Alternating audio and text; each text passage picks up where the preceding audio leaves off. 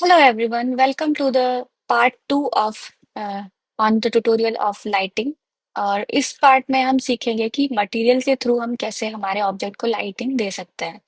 So last video में मैंने आपको बताया था कि जो हमारे पास डिफॉल्ट लाइट ऑब्जेक्ट्स रहते हैं जैसे कि एरिया, पॉइंट, सनलाइट और स्पॉटलाइट, उनको हम कैसे यूज कर सकते हैं और कैसे एनिमेट कर सकते हैं और उस पे कैसे ट्रैकिंग वाला कंस्ट्रेंट भी लगा सकते हैं। सो वो अगर आपने नहीं देखा हो तो आप वो वाला वीडियो जाके देख सकते हैं पहले, ताकि आपको अच्छे से आइडिया हो जाए लाइटिंग के बारे में। फिर हम इस सेकेंड पार्ट में मूव करेंगे। तो अगर आपने वो वीडियो देखा हुआ है, हम जल्दी से इस पार्ट को स्टार्ट करते हैं। सो पहले तो मैं जो हमारे पुराने ऑब्जेक्ट्स, लाइट ऑब्जेक्ट्स थे, उसको मैं डिलीट करती हूँ ताकि शुरू से हम शुरू कर पाए। सो अभी हम फिर से हमारे ऑब्जेक्ट पर आ गए हैं जहाँ पर कोई लाइटिंग नहीं है। सो व्यू पोर्ट मोड में हमें कुछ इस तरह से दिखेगा हमारा ऑब्जेक्ट, लेकिन हम जब रेंडर मोड में जाएंगे तो ये कुछ इस तरह से दिखेगा क्योंकि हमारे पास कोई लाइटिंग अभी अवेलेबल नहीं है। सो हम शिफ्ट ए दबा के एक कोन ऐड करेंगे यहाँ पर। सो मैं कोन ऐड कर रही हूँ। कोन को थोड़ा सा बड़ा करेंगे साइज में, एस प्रेस करके, और जी और जेड प्रेस करके इसको ऑब्जेक्ट के ऊपर लेकर आएंगे।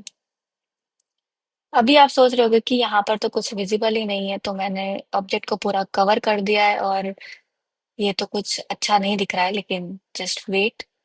सो यहाँ पर मैं कोन के मटेरियल प्रॉपर्टी में गई हूँ एंड यहाँ पर हमने नया मटेरियल ऐड किया है।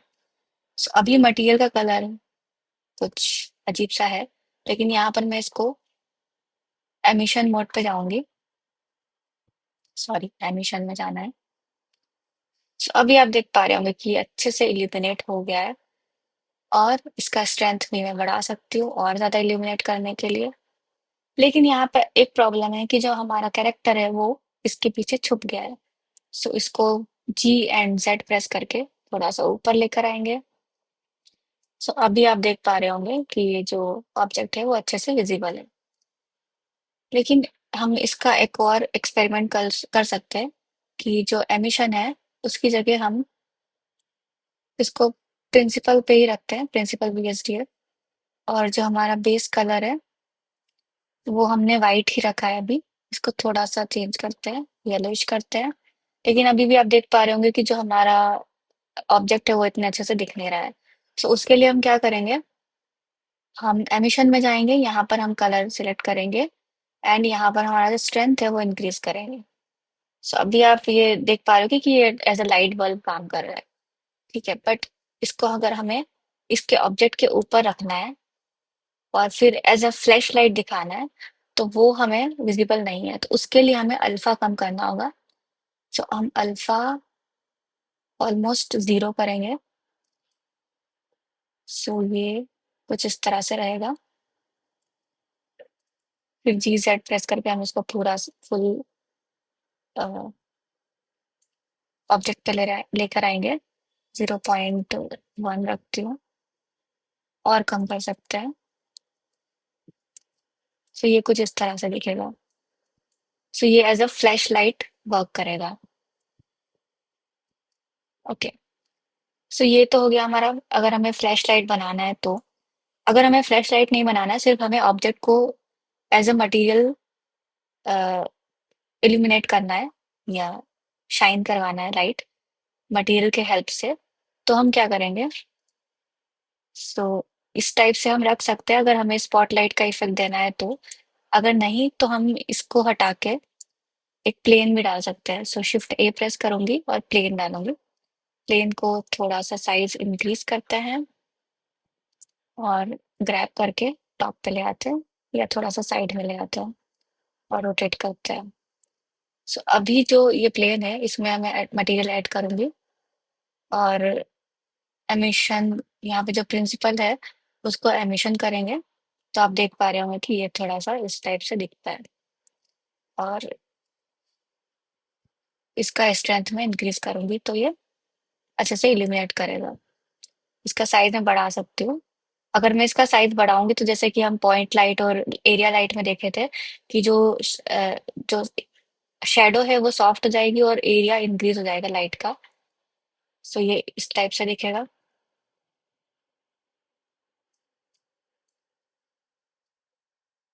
इसको मैं और लाइट येलो रखती हूँ, वार्म येलो। सो ये कुछ इस तरह से दिखाई देगा। सो अभी आप देख पा रहे होंगे कि इवन जब हमारा जो लाइट है वो ऐसे पड़ रहा है तो इसका शेडो बहुत ही सॉफ्ट हो गया है, मतलब ना के बराबर हो गया ऑलमोस्ट। इसको मैं अगर थोड़ा सा छोटा करूंगी तो अभी आप देख पा रहे होंगे कि थोड़ा शेडो आया है। और छोटा करूंगी तो और शार्प शेडो मिलेगा। तो इस टाइप से ये मटेरियल वाला जो एमिशन प्रॉपर्टी है वो वर्क करता है। आप इसमें मल्टीपल रख सकते हैं, जैसे कि अगर आपको 3 पॉइंट लाइटिंग रखना है तो ये वाला इस साइड रहेगा। देन डुप्लीकेट करके शिफ्ट डी प्रेस करके डुप्लीकेट कर सकते हैं ऑब्जेक्ट को, और इसका साइज छोटा कर सकते हैं और स्ट्रेंथ भी कम कर सकते हैं। तो ये कुछ इस तरह से दिखेगा। एंड एक और इसको फिर से डुप्लीकेट करके शिफ्ट डी प्रेस करके एक लाइट पीछे भी लगा सकते हैं। तो ये कुछ इस तरह से दिखेगा। इसको रोटेट करना होगा हमें,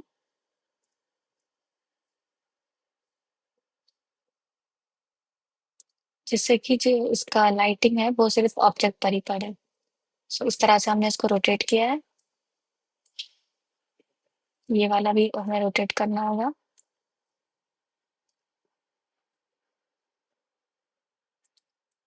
सो इस तरह से आप इसमें 3 पॉइंट लाइटिंग भी दे सकते हैं। बट अभी हम ये साइकिल्स में कर रहे हैं तो ये अच्छे से विजिबल है। सो जब हम साइकिल से ईवी में जाते हैं, सो यहाँ पे आप देख पा रहे होंगे कि जो हमारा ऑब्जेक्ट है उसमें बिल्कुल भी हमें लाइट नहीं दिख रहा है। तो यहाँ पर हमें जो ये रे ट्रेसिंग वाला फीचर है उसको ऑन करना होता है। सो साइकिल्स में ये रे ट्रेसिंग वाला बाय डिफॉल्ट ऑन रहता है, बट ईवी में हमें ये फीचर ऑन करना होगा। तो फिर उसके बाद हमें ये जो हमारा ऑब्जेक्ट के थ्रू या मटेरियल के थ्रू लाइट आ रहा है वो हम अच्छे से देख पाएंगे। यहाँ पे इसको इसका स्ट्रेंथ बढ़ाना होगा ताकि ये अच्छे से दिखे। सो ये इस टाइप से कुछ आपको देखने को मिलता है। इसका स्ट्रेंथ 51 है, इसलिए यहाँ पे ज्यादा लाइट आ रही है, बट इधर इसके कंपैरिजन में क्योंकि इसका एरिया ज्यादा है सो इसलिए यहाँ पे थोड़ा सा सॉफ्ट लाइट आ रही है। और पीछे भी सेम वैसे ही है। और इसमें भी अगेन आप अलग अलग मटेरियल यूज कर सकते हैं, जैसे यहाँ पर मैंने तीनों में ही वार्म येलो यूज किया है। बट अगर मुझे चाहिए कि इस साइड मुझे अलग कलर चाहिए तो मैं एक्चुअली यहाँ से मुझे मटेरियल हटा के नया ऐड करना होगा। इसका मुझे कलर सपोज पिंक रख सकती हूँ और इनका कलर मुझे येलो ही रखना है। सो इस टाइप से मैं अलग अलग टेक्सचर दे सकती हूँ। बट अभी भी आप देख पा रहे होंगे कि जो ईवी वाला है उसमें बहुत अच्छे से नहीं आ रहा है।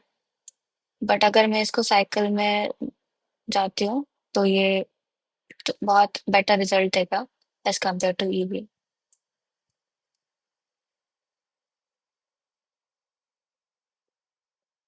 सो इस टाइप से आप अपने ऑब्जेक्ट का कलर चेंज कर सकते हैं विथ मटेरियल। सो ये इमिशन वाला जो प्रॉपर्टी होता है वो आप यूज करके अपने मटेरियल को ही एमिसिव बना सकते हैं और उससे ही लाइटिंग प्रोवाइड कर सकते हैं। तो ये था हमारा पार्ट 2 ऑन लाइटिंग। तो पार्ट 3 में हम देखेंगे कि वर्ल्ड लाइट को चेंज करके हम कैसे हमारे ऑब्जेक्ट को लाइटिंग दे सकते हैं और हमारे सीन को और रियलिस्टिक बना सकते हैं। सो इस वीडियो में इतना ही। और अगर आपको वीडियो अच्छा लगा तो प्लीज सब्सक्राइब करिए चैनल को और लाइक करिए वीडियो को। और अगर आपका कुछ सजेशन है या फीडबैक है तो प्लीज कमेंट बॉक्स में लिखिए। And thank you so much for watching.